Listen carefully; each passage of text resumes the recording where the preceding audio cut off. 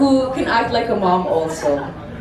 And I felt her support for so many years already, and she really is someone I turn to when I feel pressured or when I feel sad because of something that I might have read online, it's a competition. I clearly remember last year, we were in Ilocos Sur already. We were having our out-of-town activities for Natcos there.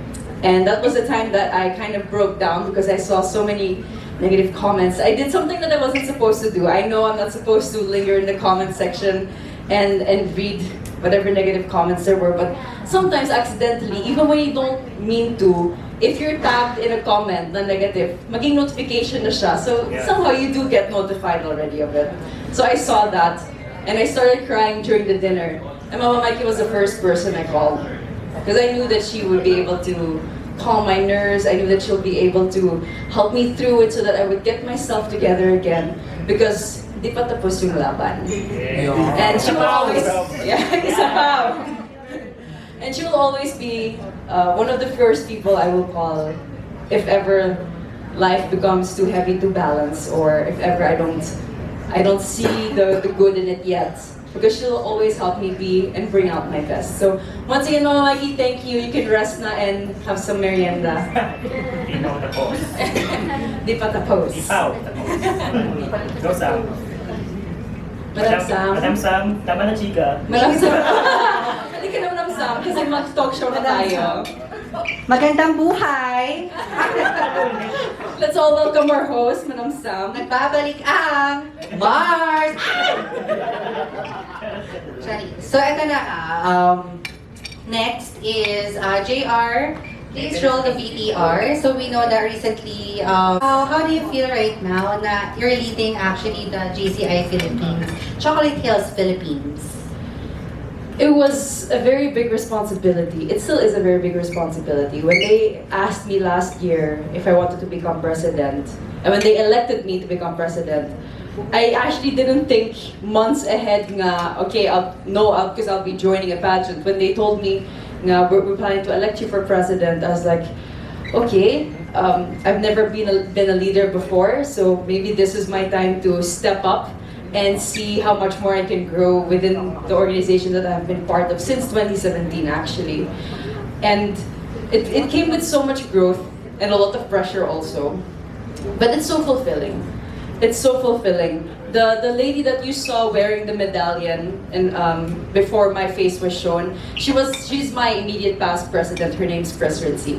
Her name's Ritzy. We have a lot of protocols within the chapter. So I call her Press Ritzy for president. And when I was gonna tell her officially that I would be joining Miss Universe Philippines, nakabahan na siya because she thought that I would be resigning or stepping down as president. So meaning that she would have to take over and continue her reign as president for another year or another half year. And then the first thing I told her, press, no, I'm not resigning, kalma lang, like, calm down. Because I know that this part or this aspect of my life is also going to help me grow in ways that I won't be able to in other aspects, like in pageantry. It's completely different, and it's a completely different environment, a completely different, let's call it a network maybe even, that will help me reach different heights personally, because I have never been a leader before. I think I've mentioned in some of my captions and in my videos that I was always okay being a wallflower, or I'm a good follower but not a good leader. That's how I would see myself before. But somehow they saw something in me that I didn't really see myself. And I guess the only way for us to find that particular aspect is to go out of your comfort zone, go out of that box that you're in, and explore yourself and see how much you can grow, if it's something really for you. Or maybe that's the time where Catriona's message will apply. Maybe that's when life will redirect you to something else that's really meant for you. But I really felt and feel that this was also something for me. And I didn't want to give that up because we are an all-women chapter. And as an only child, sometimes I feel like I'm very focused on myself. But because of them, I have the opportunity to feel like a proud ate, because all of them feel like sisters at some point. And when we do our projects together, when all of our different ladies in the chapter come forward and say, Pres, I want to do this kind of project for my community, whether it's regarding agriculture, the community itself, or marine life conservation, for example. I see them grow also in their respective projects, and it makes me so proud of them too. And that's a feeling that I don't really get as an only child, like feeling like a proud ate moment or something like that. So that's also one of the things that I super appreciate about JCI Chocolate Hills. Correlating na to what Miss Universe is looking for right now, transformational leadership, diba? So they highlighted na they're actually looking for transformational leadership. So I think that being the president of Chocolate Hills, JCI Chocolate Hills, is a stepping stone for you talaga for that leadership position that we're aiming for, right? Universe! Yes, for the universe. And I really have to say, Mama Sam. Mama Sam? Pusas?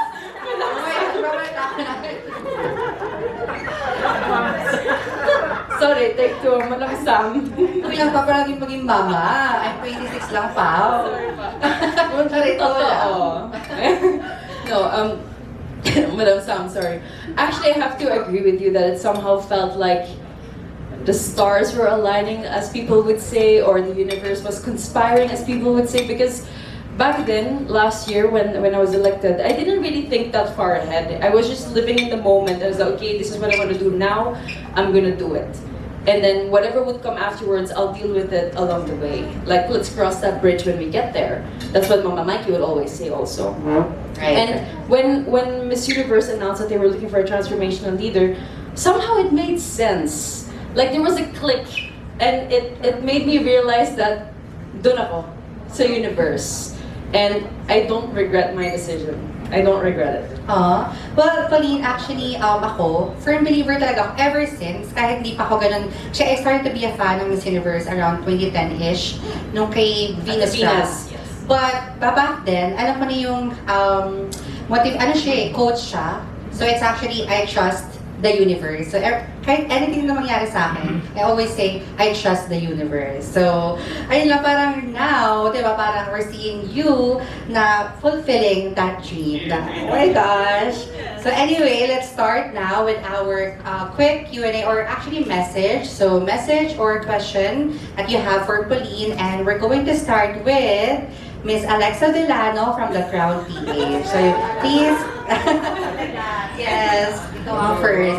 Thank you, Miss Alexa, for being The here. pressure is on. Ganon. You can sit na lang. Wow. Talk show host. Yes, please. Okay. Very comfortable ka. Okay, actually, it's not a question. Actually, for those who don't know, I met Pau a long time ago in her first pageant. That was around 2018. Her first Mutiana, Pilipinas. in Mutiana, Pilipinas.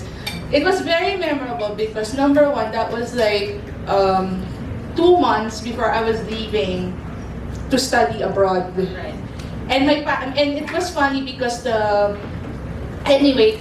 was funny because she was in part of the paper that I was doing at that time. So we really go a long way back na, imagine mo, doon pa lang kay Pau, meron na siyang training sa akin sa mga tanong. So sanay na siya sa akin sa mga tanong ko.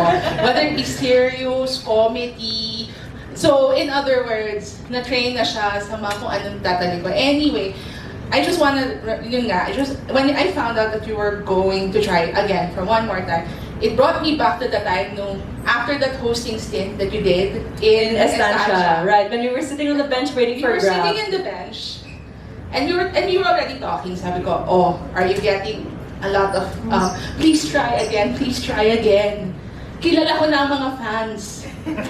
Pag hindi kayo happy, oh, please try one more time. Sige na, and I'm sure she's getting all these messages, hindi ba, JR? Ang dami. Ang dami niyan. But I was telling her this, wow, the opportunities are now opening. Think about it. It's up to you. I'm sure maghahaba na naman yung mga usapan na yan eh. And when she decided to give it a one more try, sabi ko, I think she decided this on herself. So with all of that stuff that we've discussed, and you know naman what we've discussed, what is very important lang po is it's your decision. And at the same time, you have everybody, including me, backing you up. Hindi lang namin pinaparamdam all the time. I mean, the pressure is always gonna be there. It will be there, but yun siguro the only thing we can do now is of course to keep cheering you on. Of course makikita namin pag pagod ka. Hindi naman kami walang empathy, guys. Be empathetic, okay? Empathetic. Di ba, Jonathan? Yan ang rule natin pag nag-i-interview, guys. Be empathetic. Minsan pagod din ang mga yan. Nag-lecture na ako, hindi ko nile-lecture si Pauline. Kayo ang nile-lecture ko. Kasi, you know, she's been through this 3-4 times already. So she knows what to do. Tayo naman ngayon yung, let's sit back and watch and cheer her on. So, yun, all I'm gonna say is good luck. I mean, as I said before, and I told you this nung convo natin sa stanchion, the universe has a funny way of showing you where your destiny is. There is a destiny already na you've been doing hosting couple of times. Imagine mo that platform is already there. Of course, a platform like the national competition, and of course representing the Philippines is even a boom mic for you. But always remember that you have a platform, not just with us, but with the people that you've already established your identity with. So, yun, good luck and have fun. That is the best thing. Definitely. Thank you, Ms. Alex. Fun. Thank you. Sobrang fresh niya kasi looking from afar, like habang nag-match si Alex, sabi ko, ang ganda ni Pao. Lalo na pag close up, sobrang fresh, walang pores. Skincare reveal. Diba? Ang ganda talaga ang ganda ng skin mo ever since. Talagang, walang pores. Paano yan? Happiness lang yan. Right. Hashtag. Ayun. So, Pauline, I believe some of your fans or supporters have also some questions or message for you. Sure. Would love to hear them. Wilson. Hi, Wilson. Baka hindi voluntary ha. Baka damay lang po kayo ha. Voluntold. Sayaw siya. Okay, thank you. Over the universe. Hi, Wilson. Hi, Pao. Ayun, so just a brief background about me. So, lurker lang talaga ako sa pageants. As in, lurker to the point na, yes, nanonood ako ng pageants. Sinusubaybayan ko naman yung mga pre-pageant activities, pero wala talaga akong nirelate. But, parang ngayon lang talaga ako nag-root ng certain candidates on certain pageants, and for MUPH, I'm rooting for you. Oh my God, thank you so much, Wilson. I really appreciate it when people take an effort or take some time out of their own schedules to message me or approach me and be like, I'm rooting for you. That means so much to me, especially on my third try. Because as mentioned, as Mama Mikey mentioned earlier, one of my fears prior to joining again this year was really like, are the people gonna be tired of me? Are they gonna want someone with a fresher face? Because I'm already 27, this is my third time at Miss Universe Philippines. So it's really nice and humbling that people still show support, even if they see me do this 3 times already. So thank you, Wilson. But sorry, I cut you off, my bad. Yeah, no worries. Thank you for that. It's great to know na you not only take those congratulatory and appreciation messages, but you also reciprocate those feelings, those thoughts, and I think it does mean a lot to everyone na nagsusupport and nag-root sa'yo, na parang hindi lang siya unrequited, kundi ayun nga, na-reciprocate mo. Yun. Pinaalam ko to kay Madam Sam. I have a very challenging question for you, and nagutom na ako. Pinapromo niya. Sobrang challenging siya, so I hope you don't mind me having some grilling session with you. Okay, let's see. Let's have it. Okay, so are you ready? Yes, I'm ready. Okay, so here goes. Every contestant in Miss Universe Philippines advocates for their own causes and wants to win the pageant. Having said that, tell us a reason why you do not deserve to win the crown. Oh my God. Yes, that's a very difficult question. Sometimes we also, hindi naman to 30 seconds, no? Hindi naman to pageant night, no? Hindi din tayo pressure ngayon. Sometimes it's easy for us to see the bad things in ourselves and to then start overthinking, maybe I won't win or maybe I shouldn't win because I'm like this. Personally, I'm impatient sometimes and maybe sometimes even close-minded, and maybe sometimes that makes you feel like, actually, I don't deserve to win. And those might still be factors that might cause any woman or any girl not to achieve what they set their heart out to.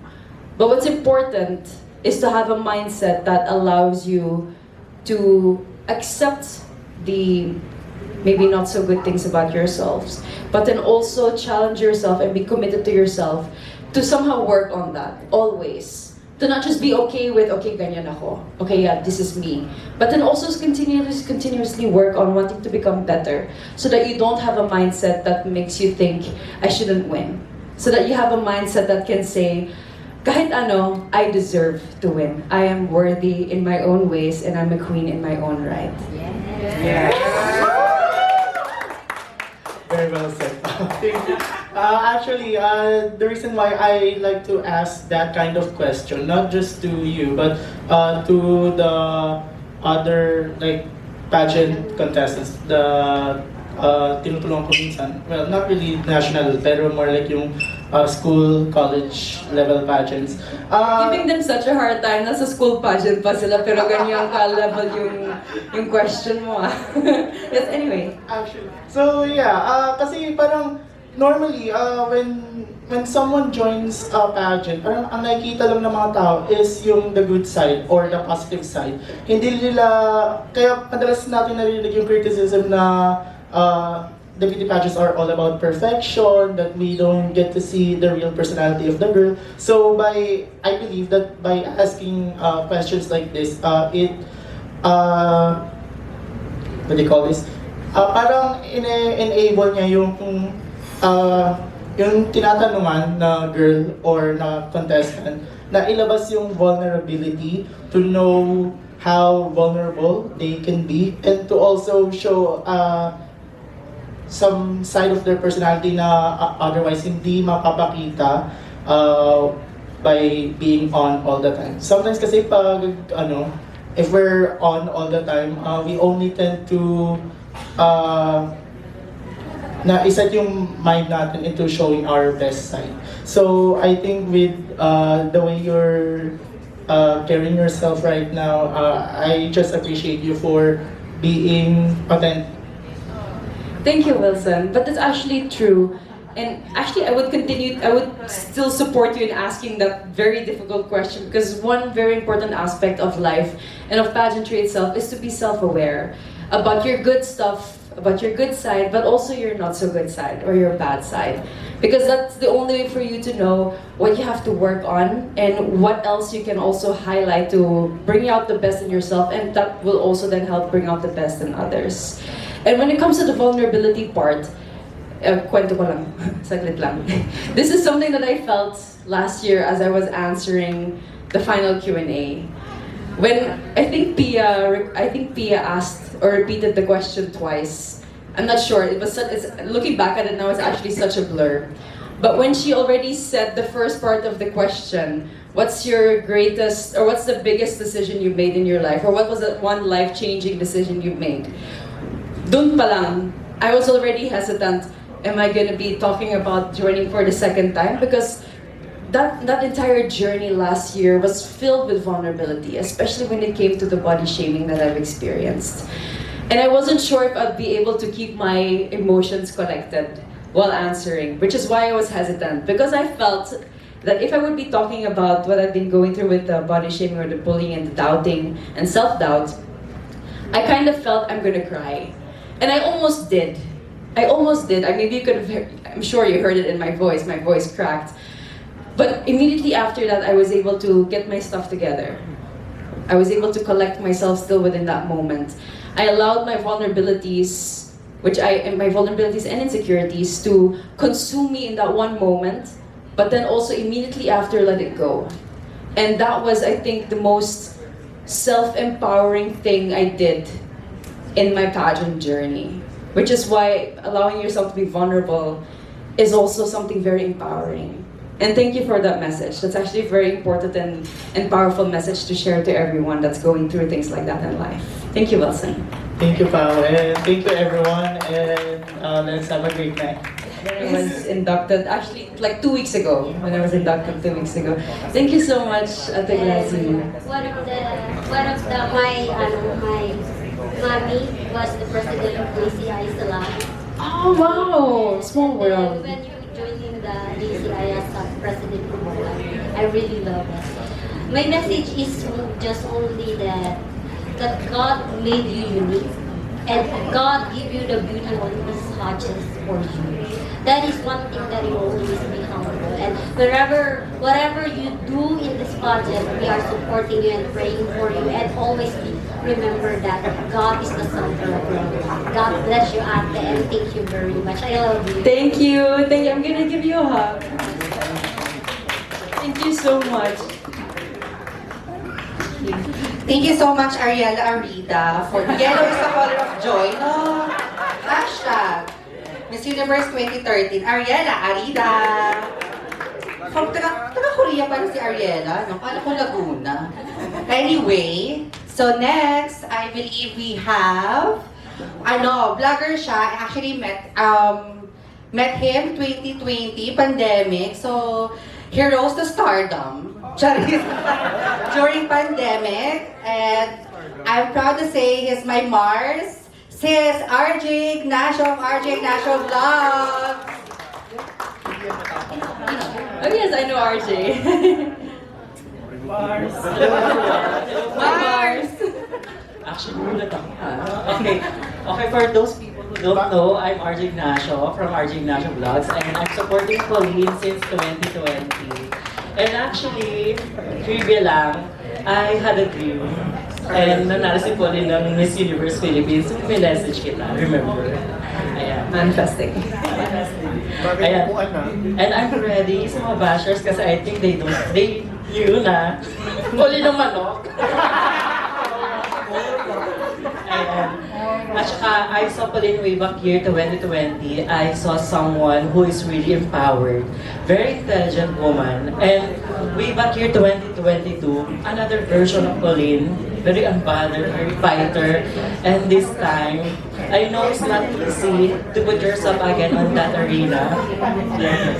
But nakita ko na yung Miss Universe Philippines na. Thank you so much, RJ, for the support even during the pandemic when everyone was having such a hard time. I also saw that I see that you make, or that you really exert such a great effort into the content that you create for the support of so many women. So, speaking on their behalf na lang, thank you for what you're doing also. It means a lot to us. At the same time, kasi we are looking for a transformational leader, at syempre we had a research, NBI.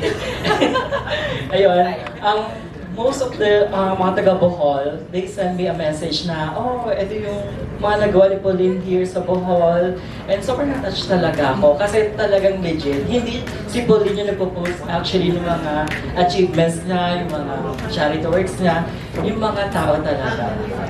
And tsaka kinilig din ako, yung one of her kapitbahay. Sabi niya, dumadaan dito yan na she's very kind daw talaga. Talaga yung mga tao sa paligid yung nagpapatunay na gano'n si Pauline. Hindi niya na kailangan i-prove sa inyo na, I'm like this, yung achievements ko, hindi yung mga tao talaga. And nakikita ko talaga na maganda yung intention mo sa crowd. Thank you so much, RJ. Thank you. Yun lang. Kasi hindi ako mag-ask ng question kasi alam naman natin yung capability ni Pauline. Answering yung Q&A question.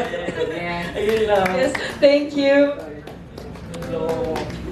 Thank you so much.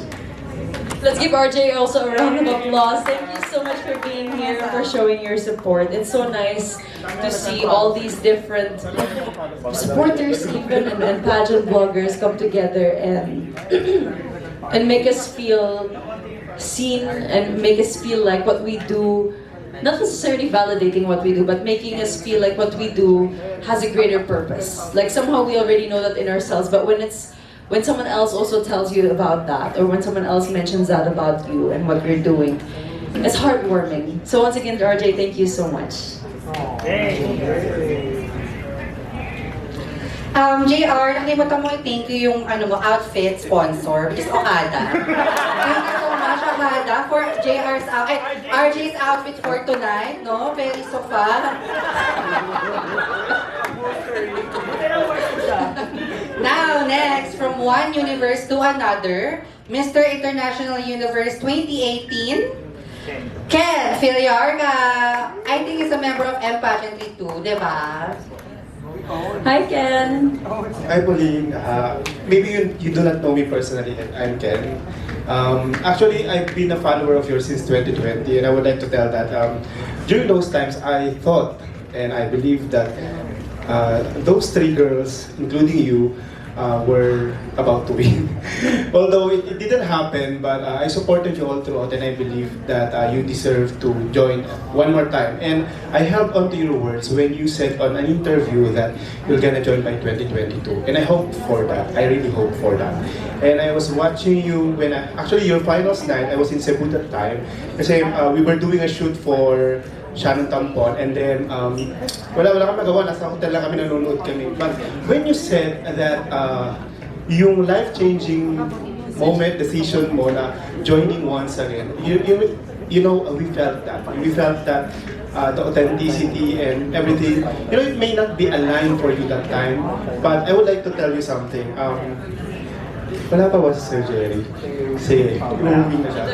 Yes, most of the time we go for lunch because Sir Jerry is a friend of mine for a long time, since 2017. And then we always talk about pageants, we always go out, we go for coffee, we always talk about Aces and Queens girls, of course.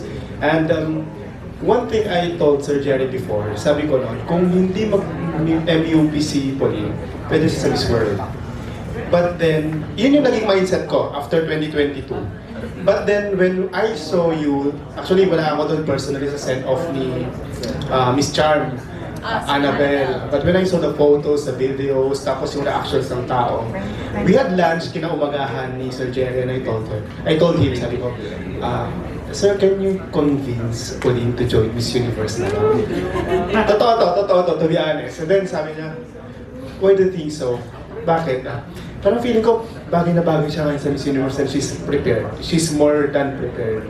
And I believe that 2023 will be your year. Sorry, feeling ko mabablind item na naman ako sa favorite niyong isang vlogger dyan. Hindi ko na papangalanan. Alam niyo na yung mahilig mag-blind item. But I'll be standing on my words that my Miss Universe Philippines is Pauline Amelincx. Thank you so much, Ken. Thank you. Thank you. But yes, actually, a little mini story regarding the send-up of Annabelle when it comes to Tito Jerry. When he approached me, he actually said, "My Miss World," and back then I was still not really 100% decided yet. I knew that I wanted to join a pageant, but I was still convening with of course Mama Mikey and with Mama Jim also. I really wanted to hear their opinions, and I was also self-reflecting a lot, like, what do I want? Because there's so many outside voices that somehow want to guide you or give you some direction, but at the end of the day, you really have to introspect and ask yourself, what do I want for myself? Where do I see myself go? And actually, I'm happy with my decision now. And thank you also for somehow seeing the alignments there. So I really appreciate you voicing that out. Thank you so much, Ken. Last part also, I would also like to thank you for not listening to the comments before in 2022 to join Miss World Philippines. Kasi if that is so, natalo kami. Joke lang. But you know, I'll be honest, if that's the case, well, it's not a secret to the people around here maybe that I also was under a team handling girls last year. Eh, syempre, pag nandun ka sa Miss World Philippines, mahihirapan talaga kami lumaban. Baka hindi kami yung nanalo. And thank you and good luck and see you in El Salvador. See you in El Salvador. Thank you so much, Ken.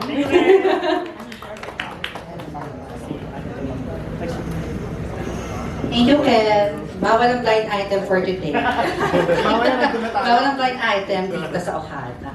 Anyway, we have, I believe, Sir Leo De Leon, a photojournalist. So, hi, Sir Leo. I'm excited.